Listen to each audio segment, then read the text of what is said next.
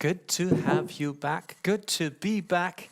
And we have quite an interesting session coming up. Connected packaging, fad or future? That's the question we want to have answered. And for that, we have not one, not two, but three people who are going to answer that. The three of them are Rachel Sheldon, who's the market development manager at Greiner Packaging. We have Jenny Stanley, who's the founder and managing director at Appetite Creative, and James Mayles, who's the commercial director at Appetite Creative. Very much looking forward to the session of the three of you. And without any further ado, the stage is yours. Good to have you on board. Thank you. Hi, so welcome everybody. It's great to be here today and we're excited to launch a new initiative using Appetite Creative's connective experience in our K3 packaging. It's an innovative way to ensure that the cardboard's separated from the cups. So I'll pass over to Jenny and she'll talk you through connected packaging and what it's all about. Over to you, Jenny. Thanks very much, Rachel. Hello, and thank you for having me. Before we kick off with this session, we've just got two quick interactive questions for the audience. And the first one is, have you actually ever been involved with a connected packaging campaign before? And I don't know, Rachel, if you can see the answers, because I can't. No, I'm struggling. So maybe we'll crack on. In which case, as we're not sure whether you have or not, we're going to tell you all about it anyway. So let's have a quick video and see what connected packaging really is.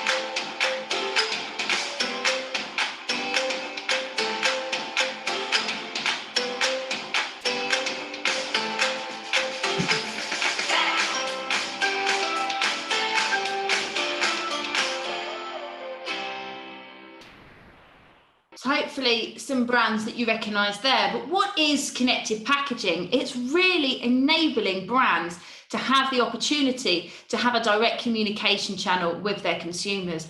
And there's two ways that can be done, QR codes or NFC. And probably you've realised that COVID has given QR a new birth of life.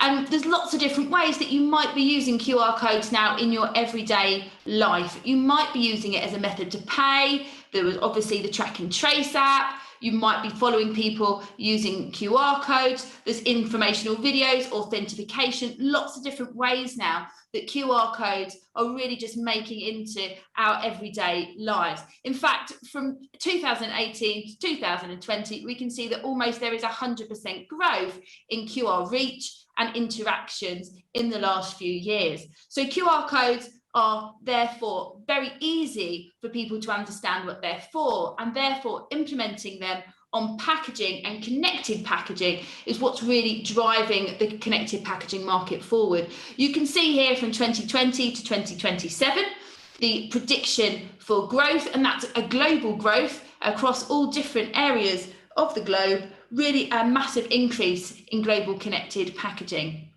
Going back to people scanning the code, that is really the mechanism in which most or the majority of connected experiences are created. And we can see that in this survey, which was a global survey, 8.33% of people had actually scanned the QR code the day that they'd been asked.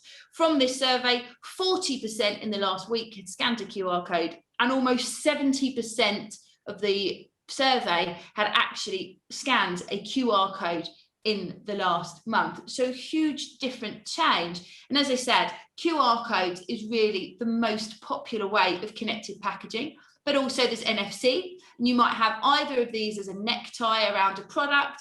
They might be something which is printed on a label on the packaging itself, or potentially underneath a cap on a bottle or a carton as well. So lots of different ways to actually get this mechanism of communication to your consumers out from the packaging. And why would you want to do a connected experience? Well, it's actually through this QR code or NFC tag that you have the ability to open this communication channel. And once you have that consumer there, you can talk to them about new launch of products, new flavors. You can really drive awareness around whatever it is that you want to bring to that market. And it might be an education, how to use the product, how best to use the product, where your products that have made up this particular item have actually been sourced from, track and trace and sustainability. Or it might be educating around sustainability and the type of CSR commitments perhaps that your brand is making. Whatever marketing campaign anybody wants to do, they want to drive sales. And of course, this is a fantastic way to drive sales. We can drive sales through vouchers, through sampling and driving people back to direct channels to purchase. And then thirdly, why connected experiences? To collect first-party analytics. So the ability to be able to understand your consumer much more. And that might be from direct market research questions that you can put out to your consumers. That might be from the analytics that you can collect from the experience, or it might even be, in fact, asking users to part with their name and email address in exchange for some other value. So really that ability to be able to understand your consumer. And this QR code actually therefore becomes your new marketing channel. It really is allowing something which is in your consumer's hands to actually become this new communication channel, of which once the QR code is printed on the carton, you have the ability to be able to change that content behind it. So it is almost a new TV channel, a new media channel that you have to your hand. Use cases, as I said, many different ways to engage with the consumer once you get them there. So once that QR code is scanned, you can actually have a poll or a survey, some engaging games, augmented reality. There might be some social sharing or some selfie action to go on, which is obviously really important in being able to share. If we go back to talking about a media channel, we can look at one of the ways that we've been working with Tetra Pak. And with Tetra Pak, we've actually enabled them to educate and drive awareness around their packaging and sustainability goals, which are really huge in terms of understanding recycling and helping the audience to understand their commitment. And so we have created a various set of games. Here you can see a memory game and a quiz.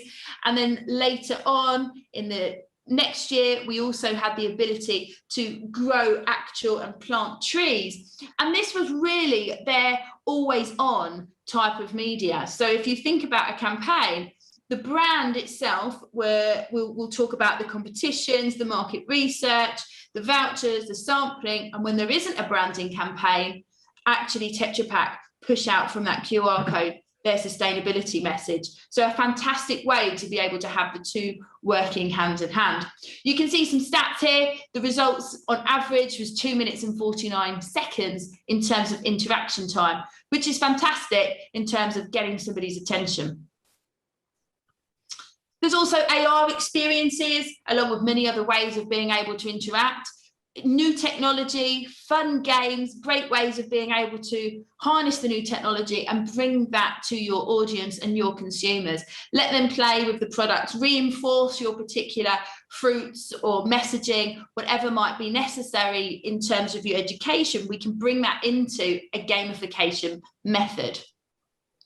And let's talk about analytics, because that is one of the most important things that connected packaging can give you. You can understand who your consumers are, how long they were engaged for. You can understand where they were, age and gender.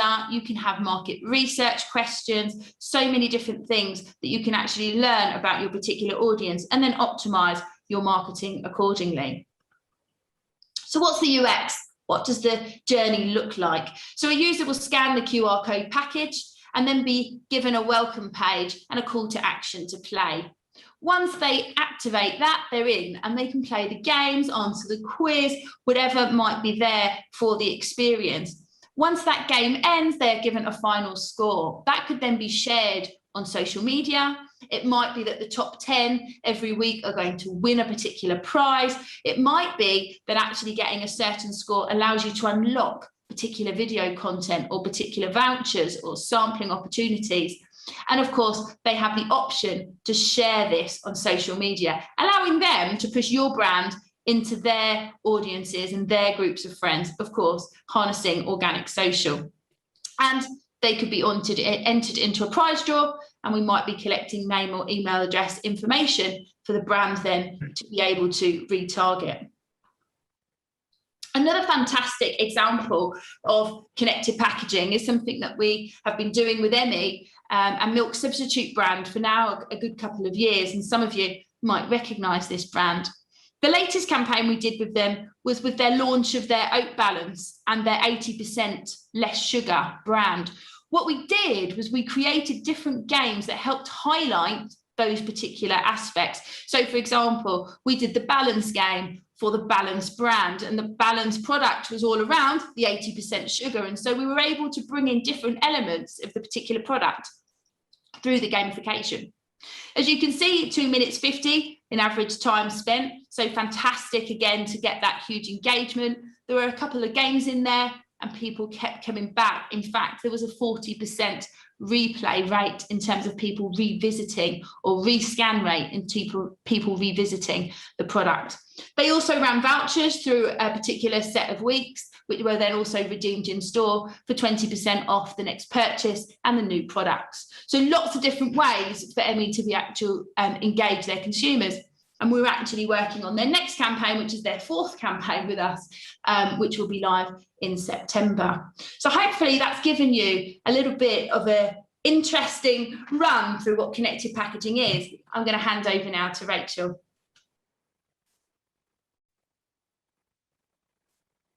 Okay. Slide. Get the next slide, please. Oh, great. Okay, so connected packaging in K3, and how is it going to work together with our K3 packaging? So as you can see there on the right, we've done an image of the outer cup and then the sleeve as it's been removed after consumption. So on the front of the design, you'll need to leave a small area for the call to action, which is basically promoting to the consumer to tell them that there's an offer and to remove the cardboard from the cup after they've ate the product. There'll also be a small QR code on the front of the pack. This will start collecting some of the basic data, and this will also give consumers that are shopping, that spot the product, to give it a scan before they purchase, maybe to make them to purchase, to influence them, or learn more about your brand. But to access the full connected experience, there'll be a second QR code, which is printed on the reverse of the cardboard. So this will be great for get the consumers to separating the cardboard from the plastic. Jenny's touched on the analytic data. It's all available, all real time from when consumers are scanning, and that's available on a fully bespoke interactive interface, which is fully supported by Appetite Creative. And the great thing about this is that we can work with you with Appetite Creative so that we can come up with exactly what you want from a connected experience, whether it be more social media, whether it be what your consumers want flavour-wise. So we can completely adapt it around what your KPIs are for your company. And that's my slide. Thank you, Rachel, and thank you, Greiner, for inviting us to this amazing event. So the user journey. So the user journey is activated using QR codes, as we've already mentioned. And we've all become very familiar with QR codes during COVID. And in that survey that Jenny, dropped earlier on, we saw that the last time you scanned a QR code, 32% said it was last week, whereas 10% said it was today. So the point here is we are much more comfortable with QR codes, which makes this initiative much more and even more exciting. So the journey, the QR code would have an incentive to encourage the consumer to scan the code. It could be to enter a competition or win something. There will be a QR code on the front and back of the label. The first code on the front of the label activates the experience. They then have to remove the label. This is an innovative way to encourage the customer to separate the cardboard from the plastic. because they have to scan the second code on the inside. The customer is then immersed into the experience. This could be, again, a game, a quiz, a poll, maybe a social share. Once they have completed the experience, they would have to leave their personal details, which would all be GDPR compliant. So this is the really cool thing about this, as Jenny has touched on, and Rachel, is the connectivity. So it's all linked to an analytics dashboard where Greiner and their customers would have access to real-time compliant data on all the engagements delivered from the experience. This could include location, product insight, demographic data, and much more, which would of course allow Greiner and their customer to optimize their marketing activity accordingly. So why connected packaging? So owned media, as a marketeer myself, such as websites or blogs, they have the advantage over earned media, which is advertising. But because the brand can control the message, the fact that it costs less, but owned media requires you to drive visitors to you, which can be time consuming, difficult, and potentially as expensive as advertising. However, there is a marketing channel, as we've already touched on, that many brands have overlooked. Not all, but some have for a long time. And that is their own packaging. With packaging, the owned media is in close proximity with the customer.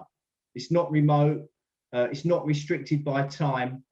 You're removing any intermediary between the consumer and the brand. And the financial case is clearly compelling.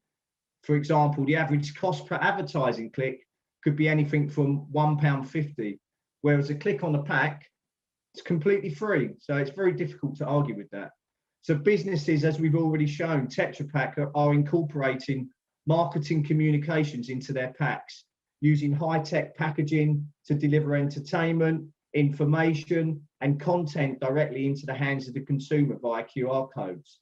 They have recognized many things can be communicated to their target audience through packaging, beyond the ingredients and the sell-by date. Packaging is extremely targeted marketing. It's a direct gateway to the audience who have already bought the product or is possibly in the store aisle to buy something like it. Most consumables are never decanted, so the packaging it's bought in becomes part of the consumer's ongoing engagement with the product and the brand. Marketing communication that keeps on communicating over a duration of the product's use.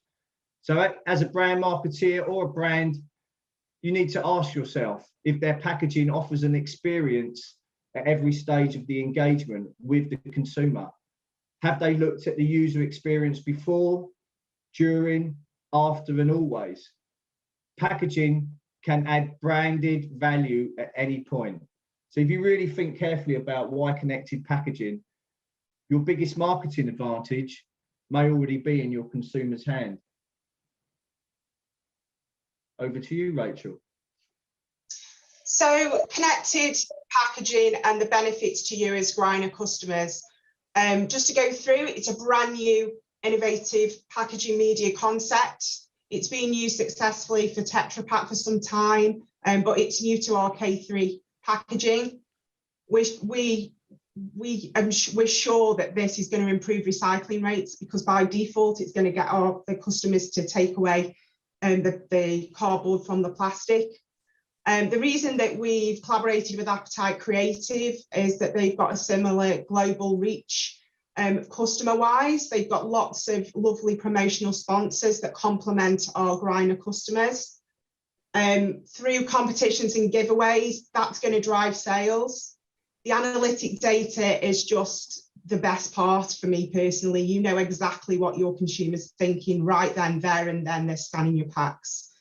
And it could reduce your marketing spend. As I touched on earlier, we've got lots of promotional sponsors that want to come and work with Greiner customers, and they will pay for that privilege and they will cover the cost of the connected experience. So there's no outlay apart from the cost of your packaging. That's not only the only way that we can cover it, this can be funded by your own company. There's a few different options that if you would like to discuss with myself, Jenny and James afterwards, we'd be more than happy to cover. So I think we've just got a couple more questions if we've got time. Indeed, we have time. We have time for one, maybe two questions. Let's see. In terms of technology for connectivity, do you prefer QR/barcodes or RFID? What are the advantages and disadvantages for the technology of choice? Thank you. Anka, lovely question. Very nice question. Thank you. There are obviously benefits to both.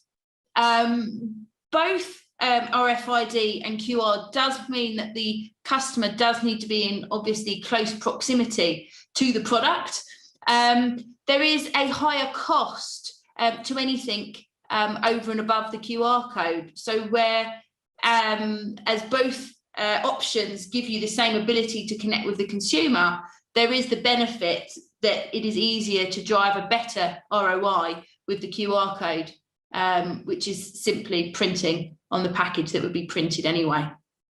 Thank you. The next question is, what is the average scan rate? I'll take that one as well. So the average scan rate at the moment is 4%, which is really good when you think about your digital CTR. That's normally 0.01. And so a 4% scan rate, but increasing. So we're starting to see that average raise over this year. Of course, as more and more people become more familiar with QR code, even more people obviously are interacting. Thanks for that. And we have time for one more question, again from Anka. She's very curious, or he, I think she. Regarding familiarity with QR codes, do you see any difference between UK and European consumers? That's a good question. Whoever wants to take it. I don't want to hog, but I might. I mean, I would say that my answer to that is, I think, you know, we spoke about COVID, we spoke about the pandemic, and I'm pretty sure that if I went into a bar in Italy, well, I know for 100% because I was in a bar in Italy in August last year, we were given QR codes. So I don't think that the way that people react to QR codes, I think that we're going to see the same reaction.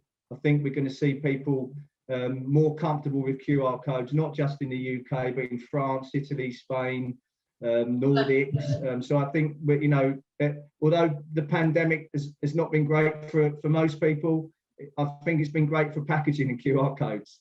And don't forget that, you know, some of the European countries have been doing a lot of the kind of QR codes for menus before COVID even existed. So, you know, as James mentioned, right across Europe, but also QR codes were invented in Asia. So it's not just Europe, it's completely global, and a fantastic increase, as you saw on the projection for the global connected packaging market.